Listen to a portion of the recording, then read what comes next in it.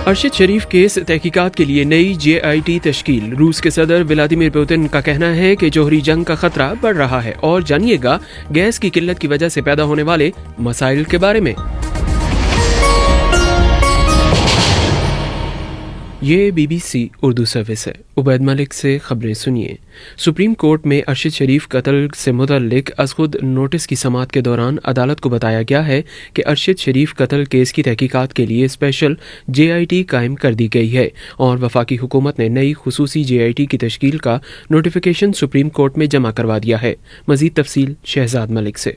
नई special JIT में Islamabad police और ISI के नुमाइंदों के अलावा IB और FIA के नुमाइंदे भी शामिल हैं। सुप्रीम कोर्ट को बताया गया कि अरशद शरीफ की वालदा का बयान रिकॉर्ड करने के लिए गुज़श्ता रोज उनसे रब्ता किया गया, लेकिन उन्होंने नासाजी तबीयत के सबब बयान रिकॉर्ड नहीं करवाया। चीफ जस्टिस ने कहा कि अगर JIT को किसी रुकावट का सामना करना पड़े तो वो फौरी तौर पर सुप्रीम कोर्ट में दरखास्त दे। दूसरी जानब इस्लामाबाद पुलिस की जानिब से एक बयान जारी किया गया है जिसमें कहा गया है कि CPO का हेडक्वार्टर JIT का सेक्रेटेरिएट होगा और कोई भी मेंबर JIT में शामिल किया जा सकता है। अरशद शरीफ कत्ल पर अज़ खुद नोटिस केस की समाअत जनवरी के पहले हफ्ते तक मुलतवी कर दी गई। ताहम दूसरी जानिब वजारत खारजा ने तहरीरी जवाब सुप्रीम कोर्ट में जमा करवा दिया है। इस जवाब में कहा गया है कि वजारत खारजा कीनिया और मुत्तहिदा अरब अमारात में मौजूद पाकिस्तानी मिशन से मुसलसल राब्ते में है। मजीद तफसील हुमैरा कमल से। वजारत खारजा के तहरीरी जवाब में सुप्रीम कोर्ट से इस बात का जिक्र भी किया गया है कि वज़ीर-ए-आज़म पाकिस्तान ने भी कीनिया के सदर से टेलीफोनिक राब्ता करके तफ्तीश में मुआवनत की दरख्वास्त की है और इस उम्मीद का इजहार किया गया कि कीनिया के हुकाम के साथ रवाबित के जल्द मस्बत नताइज सामने आएंगे। जवाब में कहा गया है कि पाकिस्तान में कीनिया के हाई कमीशन ने यकीन दहानी करवाई है कि शवाहिद जमा करने और तफ्तीश का अमल जारी है और कीनिया हाई कमीशन जल्द हतमी नताइज पाकिस्तान के साथ शेयर करेगा। जवाब में ये भी कहा गया है कि दफ्तर खारजा शवाहिद और तफ्तीश को मंतकी अंजाम तक पहुंचाने के लिए दीगर कानूनी ऑप्शंस पर गौर कर रहा है। अरशद शरीफ कत्ल में मुलविस मुल्जिमान की कीनिया से पाकिस्तान मुंतकिली पर भी गौर किया जा रहा है। सदर पाकिस्तान डॉक्टर आरिफ अलवी का कहना है कि पाकिस्तान की सियासत में हैजानी कैफियत है और इस वक्त ये होती है जब सियासी लोग बात ना करें। पाकिस्तान के निजी TV चैनल ARY के प्रोग्राम में इंटरव्यू देते हुए उनका कहना था कि मुल्क में हुकूमत अवामी मैंडेट की होनी चाहिए। मजीद तफसील ज़ैन खान से। सदर आरिफ अलवी का कहना था कि कोशिश है कि हुकूमत और PTI में बातचीत का अमल जल्द शुरू हो। इनका कहना था कि इस वक्त ज्यादा इख्तलाफ इस बात पर है कि क्या कहा जाए और क्या कहकर मुलाकात की जाए, जबकि मैं कहता हूं कि पाकिस्तान के अवाम सियासतदानों के अल्फाज में फंसने से ज्यादा बेहतर हासिल करने का हक रखते हैं। इनका कहना था कि अगर दोनों सियासी जमातों में बातचीत शुरू हो जाए तो सियासी दर्जा-ए-हरारत भी नीचे आ जाएगा। इनका कहना था कि इसहाक डार में मुज़ाकरात के अमल का आगाज करने की अहलियत है। इनका ये भी कहना था कि इसहाक डार से ये बात हुई कि फौज की नई क़यादत सियासत से दूर रहने के लिए पुरअज़म है, तो इसका मतलब ये है कि अब सिविलियंस पर बहुत जिम्मेदारी आयद होती है। इस्लामाबाद हाई कोर्ट ने वज़ीर-ए-आज़म शहबाज शरीफ के बेटे सलमान शहबाज को वतन वापसी पर एयरपोर्ट से गिरफ्तार करने से रोकते हुए उन्हें 13 दिसंबर तक अदालत में सरेंडर करने का हुक्म दिया है। मज़ीद तफसील आसिया अंसर से। सुलेमान शहबाज के वकील अमजद परवेज एडवोकेट ने समाअत के दौरान कहा कि सुलेमान शहबाज अक्टूबर 2018 से बैरून मुल्क हैं। इसके बाद FIR हुई जिस पर अदालत ने कहा कि पटिशनर्स की अदम मौजूदगी में हिफाजती जमानत नहीं दी जा सकती। दरख्वास्त गुजार के वकील अमजद परवेज ने कहा कि 11 दिसंबर को सुलेमान शहबाज पाकिस्तान वापस आएंगे। इस्तदा है कि एयरपोर्ट से अदालत आने तक हुक्काम को सुलेमान शहबाज की गिरफ्तारी से रोक दिया जाए। इस मौके पर वकील अमजद परवेज एडवोकेट ने सुलेमान शहबाज का एयर टिकट भी इस्लामाबाद हाई कोर्ट के सामने पेश किया। हाई कोर्ट ने सुलेमान शहबाज की दरख्वास्त पर फैसला सुनाते हुए उन्हें वतन वापसी पर एयरपोर्ट पर गिरफ्तार करने से रोक दिया और सुलेमान शहबाज को 13 दिसंबर तक अदालत में सरेंडर करने का हुक्म देते हुए समाअत मुलतवी कर दी है।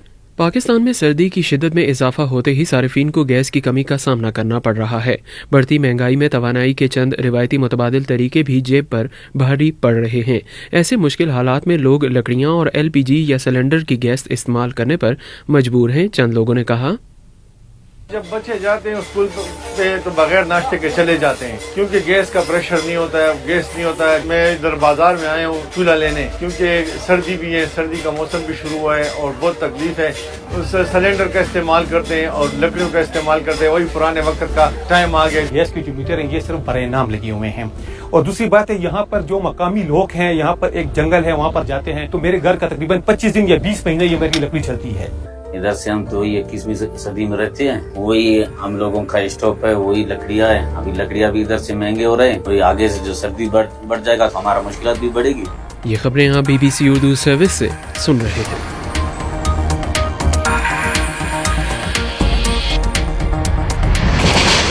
अस्सलाम वालेकुम सामाईन, इस न्यूज़ बुलेटिन को सुनने के लिए शुक्रिया।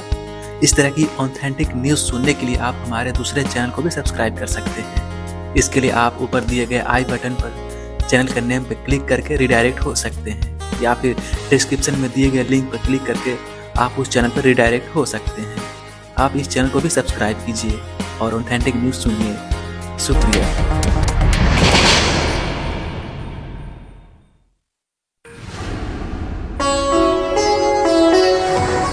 BBC گلوبل نیوز بیٹ آپ ہر شب 8 بجے سے صبح 1 بجے تک ہر گھنٹے کے بعد ہمارے پارٹنر FM ریڈیو چینلز پر سن سکتے ہیں۔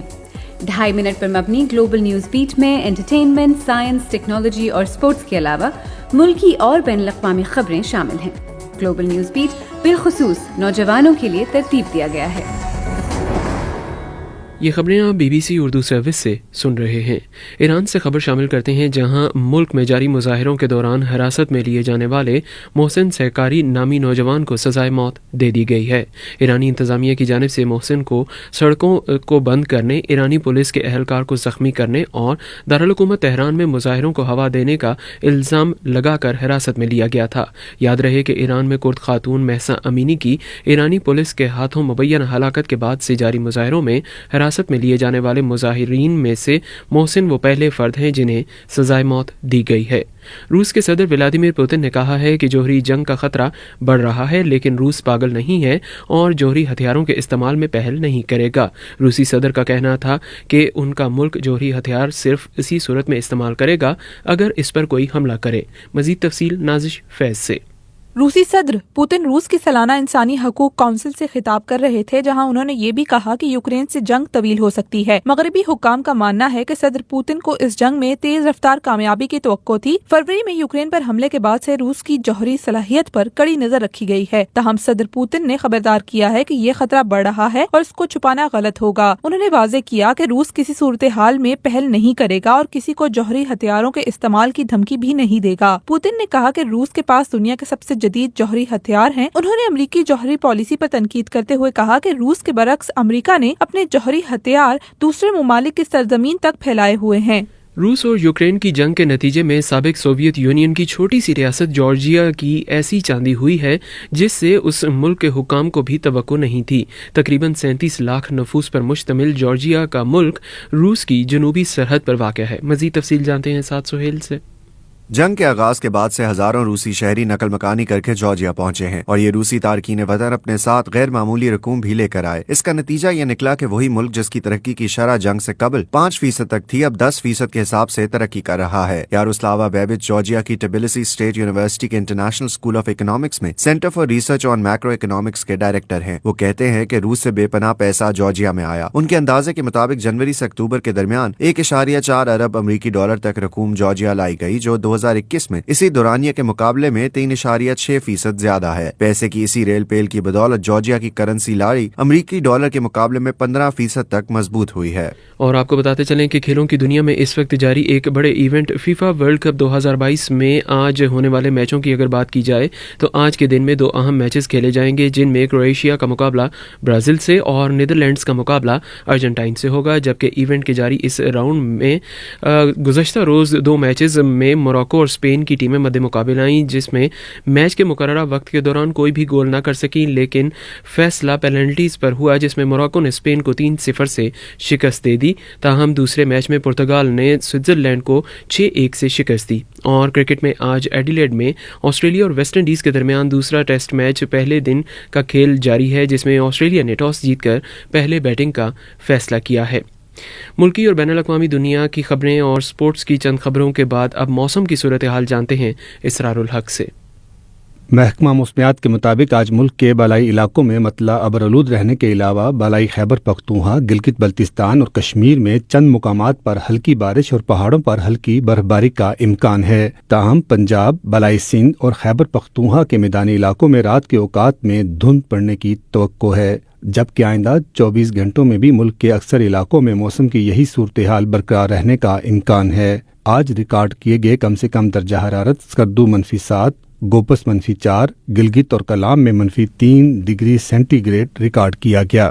آج کی ایک اہم تقریب کے بارے میں آپ کو بتاتے چلیں، جس میں ایوان صدر اسلام آباد میں ہونے والی ایک تقریب میں صدر مملکت ڈاکٹر عارف علوی نے اعلیٰ فوجی قیادت کو اعزازات دیے۔ صدر پاکستان نے chairman joint chief of staff committee general Sahir Shamshad Mirza اور army chief general Syed Asim Munir کو نشان امتیاز ملٹری سے نوازا گیا۔ ملکی اور بین الاقوامی دنیا کی خبریں آپ نے سنی۔ مزید تفصیل جاننے کے لیے آئیے BBC Urdu.com پر۔ یہ خبریں آپ BBC اردو سروس سے سن رہے تھے۔